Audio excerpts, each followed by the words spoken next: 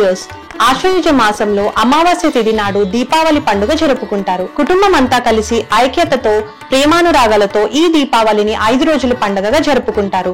చెడుపై మంచి సాధించిన విజయంని స్మరించుకోవడం ఈ దీపావళి పండుగ ప్రముఖ ఉద్దేశం.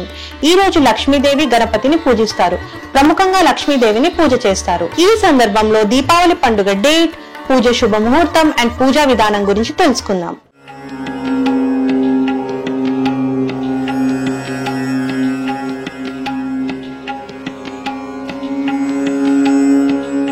దీపావళి పండుగ దేశవ్యాప్తంగా ఘనంగా జరుపుకునే వెలుగుల పండుగ. దీపావళి అంటే దీపాల వరుస అని అర్థం. ఇది ప్రముఖంగా చెడుపై మంచి సాధించిన విజయం, చీకటిపై వెలుగు, అజ్ఞానంపై జ్ఞానం సాధించిన విజయంకి చిహ్నంగా చూపిస్తుంది.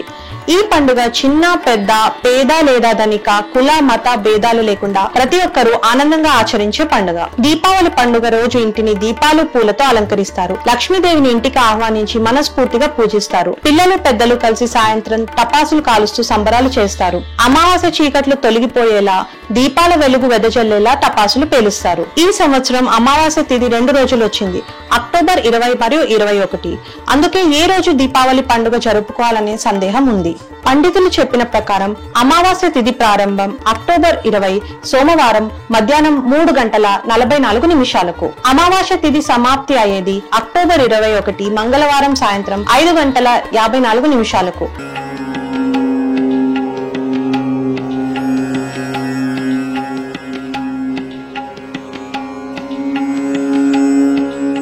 కాబట్టి దీపావళి పండుగ లక్ష్మీ పూజ అక్టోబర్ 20న జరుపుకోవడం శుభప్రదమని పండితులు చెప్తున్నారు. లక్ష్మీ పూజ శుభముహూర్తం ఏంటంటే అక్టోబర్ 20వ తేదీ సాయంత్రం 7:08 నుండి 8:18 వరకు.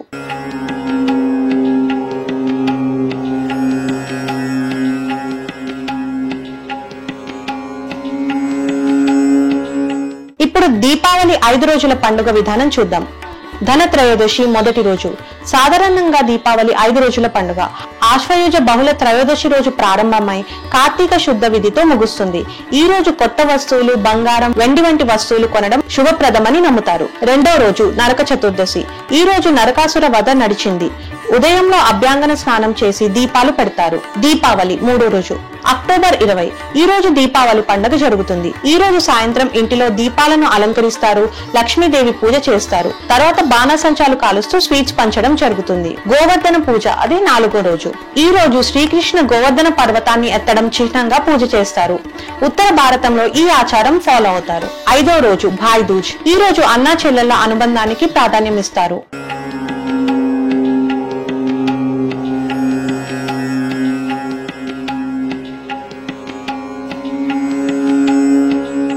ఇంకా దీపావళి పూజా విధానం చూద్దాం. పండుగ రోజు సాయంత్రం లక్ష్మీదేవిని పూజించాలి. ఇల్లు శుభ్రంగా చేసి పూలు, దీపాలతో అలంకరించాలి. లక్ష్మీదేవి విగ్రహం లేదా చిత్రపటం పెట్టాలి. పక్కన వినాయక విగ్రహం కూడా ఉంచాలి. కలశం పెట్టి బియ్యం మీద లక్ష్మీదేవి, గణపతి విగ్రహాలు పెట్టాలి. దీపాలు పెట్టడం, పువ్వులు, పండ్లు, అక్షింతలు నైవేద్యం సమర్పించాలి. తర్వాత లక్ష్మీదేవి మంత్రాలు, అష్టోత్తరం పఠించాలి. చివర్లో హారతిచ్చి నమస్కారం చేయాలి. హెచ్ఎం టీవీ తరఫున అందరికీ దీపావళి శుభాకాంక్షలు.